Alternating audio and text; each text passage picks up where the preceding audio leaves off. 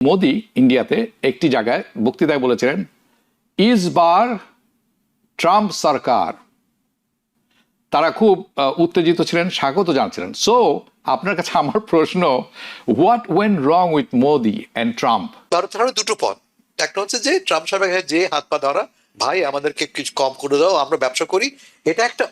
অথবা শক্তভাবে দাঁড়ানো, যেমন চীন দাঁড়িয়েছে, যেমন ব্রাজিল দাঁড়িয়েছে। Will the tariff backfire on Trump? Trump সাহেব দেখাতে চাইছেন যে তিনি বন্ধু অবন্ধু নির্বিশেষে ট্যারিফ ইম্পোজ করছেন। আমেরিকান যে কোম্পানি যারা বাইরের থেকে মালামাল আনে, তারাও এটা বিয়ার করবে না। এটা কিন্তু আপনার শিফট হবে কনজিউমারদের উপরে।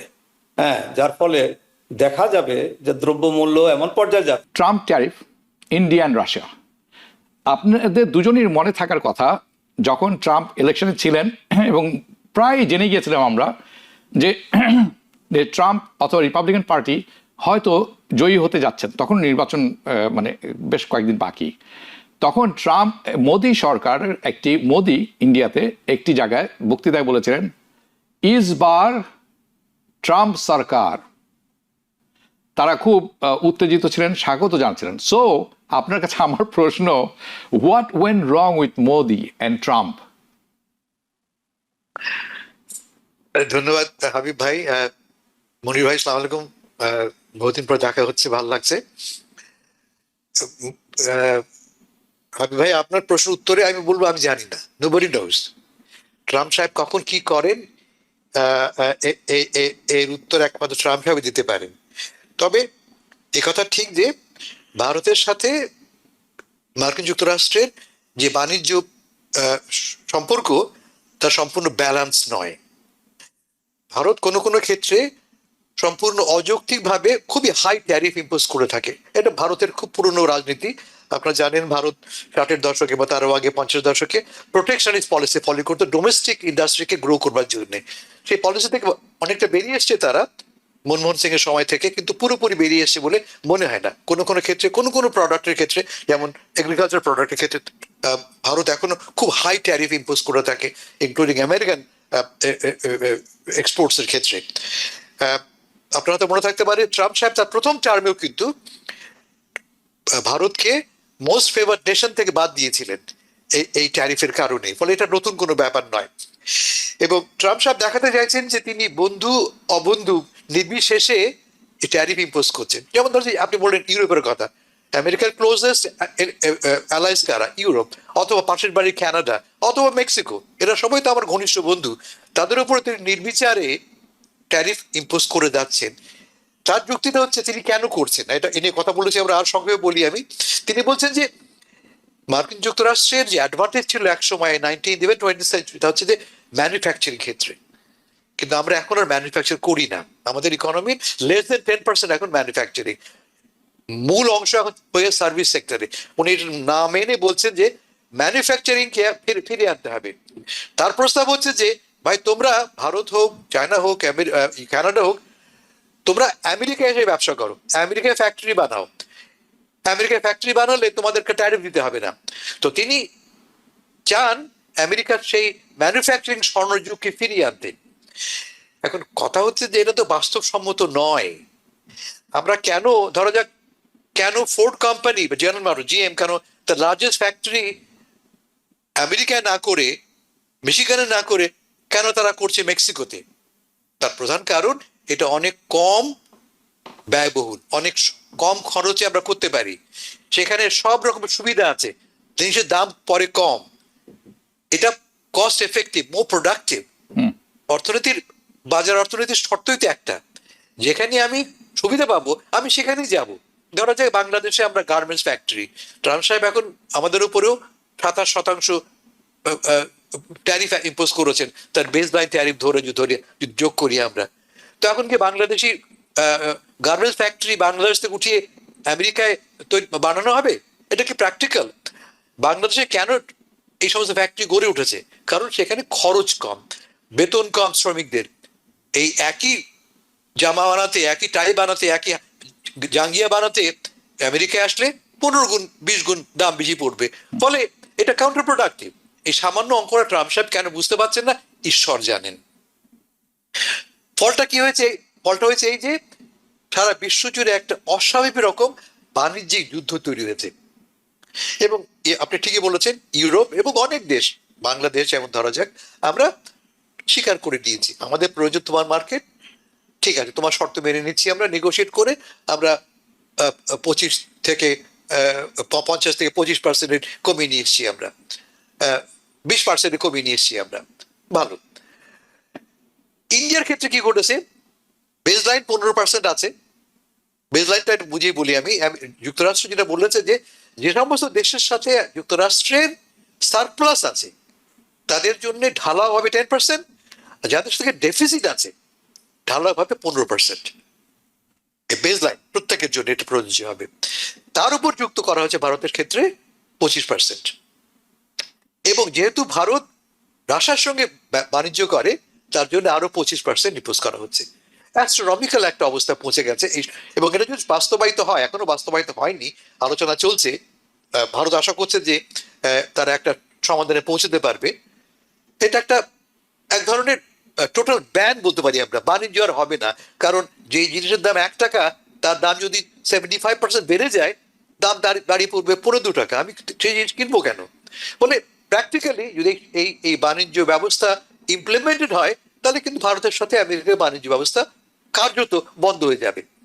তা এখন কি করতে পারে ভারত? ভারতের সামনে দুটো পথ। একটা হচ্ছে যে ট্রাম্প সাহেবের যে হাত পা ধরা, ভাই আমাদেরকে কিছু কম করে দাও, আমরা ব্যবসা করি, এটা একটা। অথবা শক্তভাবে দাঁড়ানো, যেমন চীন দাঁড়িয়েছে, যেমন ব্রাজিল দাঁড়িয়েছে। এখন ব্রাজিল বা চীন অনেক বাণিজ্যিক অর্থে অনেক পাওয়ারফুল দেশ, পলিটিক্যালি অনেক পাওয়ারফুল দেশ। ভারত কি অতটুকু পাওয়ারফুল? লক্ষ্য করছি আমরা কি ভারতের উপরে এই ট্যারিফ ইম্পোজ করার ফলে এক ধরনের নতুন নয়, পুরনো একটা আগে থেকে ছিল মেরুকরণ তারও শক্তিশালী হয়েছে। আপনি ব্রিক্স এর কথা বলেছেন, আমি ব্রিক্স না বলে শুধু ব্রিক বলি। কেমন?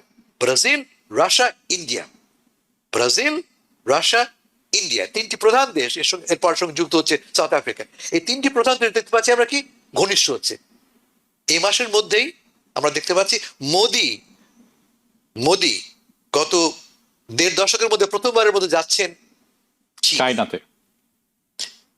আমাদের পুতিন সাহেব, তিনি 2022 সালে গিয়েছিলেন, আবারও যাচ্ছেন চায়নায় মিটিং করতে, সাংহাই ইকোনমিক কোঅপারেশন ফোরামের মিট করতে। সেখানে মিট হবে কাদের সাথে?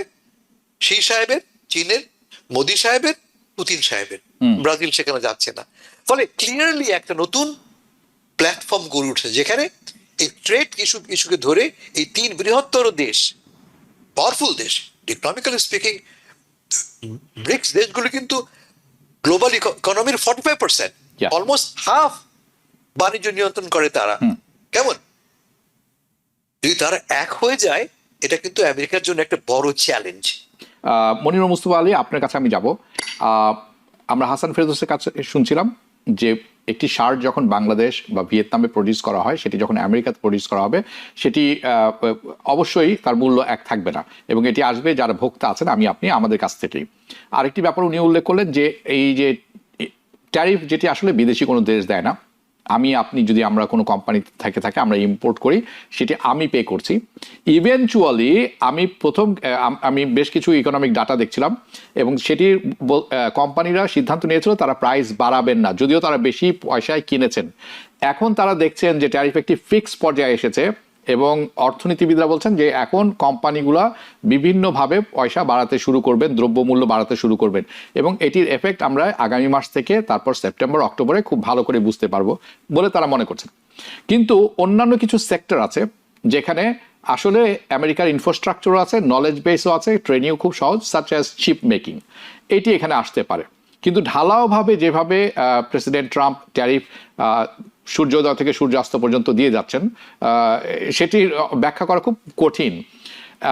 এর মধ্যে আপনি দেখছেন যে পৃথিবীর আরেকটি নতুন অ্যালায়েন্স তৈরি হচ্ছে। হাসান ফেরদৌস যেরকম বললেন, যেরকম গ্লোবাল সাউথ তারা একটা অ্যালায়েন্স তৈরি করছেন, সেটি যদি হয়, সেটি আরো একটি শঙ্কার ব্যাপার হয়ে দাঁড়াবে।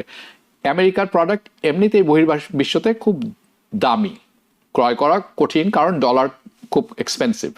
এখন মার-লাগো অ্যাকর্ড অনুসারে ট্রাম্প কিন্তু ডলারের দাম ডিভ্যালুয়েট করবেন, এটি একটি ব্যাপার। বিশ্বে একটি অ্যালায়েন্স তৈরি হচ্ছে, এটি আরেকটি ব্যাপার। সব ক্ষেত্রে এখানে কর্মসংস্থান তৈরি করা সম্ভব নয়, তার প্রমাণ আমরা জব রিপোর্টে দেখেছি গত 3 মাসের জব রিপোর্ট ভয়ঙ্কর, এবং শুধু ম্যানুফ্যাকচারিং খাত থেকে 7,000, 11,000, 17,000 এই এই এই জব গত 3 মাসে আমরা ম্যানুফ্যাকচারিং খাতে, যেটা তার প্রাইড। আমার প্রশ্ন আপনার কাছে, will the tariff backfire on Trump? আপনাকে ধন্যবাদ হাবিব ভাই। হাসান ভাই, আপনাকে শুভেচ্ছা, অনেকদিন পর দেখা হলো, খুব ভালো লাগছে। হাসান ভাই খুব চমৎকার করে ব্যাখ্যা করেছেন, আমার আর ওদিকে যাওয়ার কোনো প্রয়োজন নেই। আসলে যে উনি যে মূল কথাটা বললেন সেটা হলো যে বহির্বিশ্ব থেকে আমরা যেটা আমদানি করি তার লেবার কস্ট খুবই কম, যার ফলে আমরা অল্প মূল্যে পাই, কিন্তু সেটা তো আর হচ্ছে না। যদি এই ট্যারিফের ফলে ইনফ্লেশন অবশ্যই বেড়ে যাবে, যার ফলে আমাদের বেশি দাম দিয়ে কিনতে হবে। এখন যে মূল প্রশ্নটা আপনি করেছেন যে এটা ব্যাকফায়ার করবে কেন, অবশ্যই ব্যাকফায়ার করবে। আমেরিকা কিন্তু একটা কনসুমিং নেশন। আমরা আপনার বছরে 4 ট্রিলিয়ন বাইরে থেকে আমদানি করি।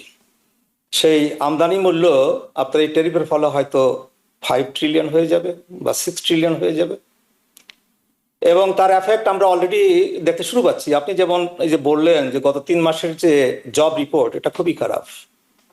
আপনার গত মাসে মাত্র 73,000 জব ক্রিয়েট হয়েছে। আগের 2 মাসে, মে মাসে এবং জুন মাসে, 2 মাস মিলিয়ে বোধহয় 258,000 মানে রিভার্স ডাউনওয়ার্ড। হ্যাঁ, আপনার মে মাসে 125,000, জুন মাসে 133,000 ডাউনের দিকে গেছে।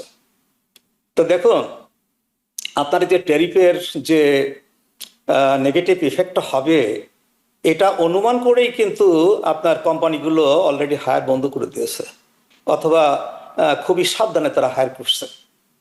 আপনি দেখবেন যে আগামী কয়েক মাসে আসলে তো ট্যারিফের যে ইফেক্টটা কিন্তু এখনো শুরু হয়নি। আপনি যেমন বললেন যে অক্টোবরের দিকে হয়তো মানে পুরোপুরিভাবে এফেক্ট হওয়া শুরু হবে ইউএস ইকোনমিতে। এটা হচ্ছে আগস্ট, সেপ্টেম্বর, অক্টোবর, মাত্র 2 মাস। হ্যাঁ, আপনার এখন ক্রমশই দেখবেন যে প্রত্যেক মাসেই আপনার জব রিপোর্টটা খারাপ আসবে। আপনার এই মাসে যে 73,000 যে জব রিপোর্টটা আসলো, আনএমপ্লয়মেন্ট এখনো 4.2% আছে, এটা হয়তো বেড়ে যাবে। আপনার 2 মিলিয়ন লোক এখন আনএমপ্লয়েড ইউনাইটেড স্টেটসে। এই 2 মিলিয়ন চেক যাচ্ছে, আনএমপ্লয়মেন্ট চেক, এগুলো ক্রমশই বাড়তে থাকবে। হ্যাঁ, আর এই বাড়তে থাকার ফলে আপনি আগামী 2-1 মাসের মধ্যে দেখবেন যে প্যানিক উইল সেট ইন, এবং প্যানিক যখন মানে শুরু হবে, তখন স্টক মার্কেটের একটা ধসা নামবে, যার ফলে দেখা যাবে যে ইউএস ইকোনমি কিন্তু ধরে রাখা যাচ্ছে না। আমি কোনো মতেই বুঝতে পারছি না যে এই ট্রাম্পের যে ট্যারিফ, এই যে 50 বিলিয়ন জমা হচ্ছে প্রত্যেক মাসে, আপনি যথার্থই বলেছেন, হাসান ভাইও বলেছেন যে এটা তো আসলে ওই যে এক্সপোর্টিং যে নেশনস তারাও বিয়ার করবে না। আলটিমেটলি দেখা যাবে যে আমেরিকান যে কোম্পানিজ যারা বাইরের থেকে মালামাল আনে, তারাও এটা বিয়ার করবে না। এটা কিন্তু আপনার শিফট হবে কনজিউমারদের উপরে। হ্যাঁ, যার ফলে দেখা যাবে যে দ্রব্যমূল্য এমন পর্যায়ে যাবে। আমাদের তো অতীত স্মৃতি এখনো অতটা মানে অবলিভিয়নে যায়নি, এখনো অন্ধকারে যায়নি। আপনার অল্প কিছুদিন আগেও তো 1 বছর 1.5 বছর আগেও আমরা 9% ইনফ্লেশন দেখেছি। এবার হয়তো সেই 9%এই আমাদের আবার ফিরে যেতে হবে, বা তার চাইতে হয়তো বেশি হতে পারে। কাজেই ট্রাম্পের এই যে ট্যারিফ, সে বন্ধু রাষ্ট্র হোক শত্রু রাষ্ট্র হোক, সে যেভাবে দিচ্ছে, হ্যাঁ, এটা আসলে কোনো মঙ্গল বয়ে আনবে না, আমাদের জন্য তো আনবেই না, আপনার বিশ্ব ইকোনমিতে। আমি কেবল বললাম যে আমরা ইউএস জব রিপোর্টের কথা বলছি, হ্যাঁ, কিন্তু আসলে ইফেক্টটা তো শুধু ইউনাইটেড স্টেটসে হবে না, বিভিন্ন জায়গায় হবে, কারণ এটা পাল্টাপাল্টি ট্যারিফ হচ্ছে, তাই না? যেমন চায়না, সে নেগোশিয়েট করবে না। ব্রাজিলের লুলা বলেছে সে ট্রাম্পকে কল করবে না, সে যে কল করে একটা নেগোশিয়েট করবে সেটা সে করবে না। ইন্ডিয়ার আরো 20 দিনের মতো সময় আছে, তারা এর মধ্যে কি করবে আমি ঠিক জানি না। তবে ইন্ডিয়ার উপর যেভাবে খেপেছে, আমার মনে হয় না যে এটা সুরাহা খুব তাড়াতাড়ি হবে। নিউ ইয়র্ক থেকে সম্প্রচারিত TVN 24 টেলিভিশন বিশ্বজুড়ে বাঙালির কণ্ঠস্বর।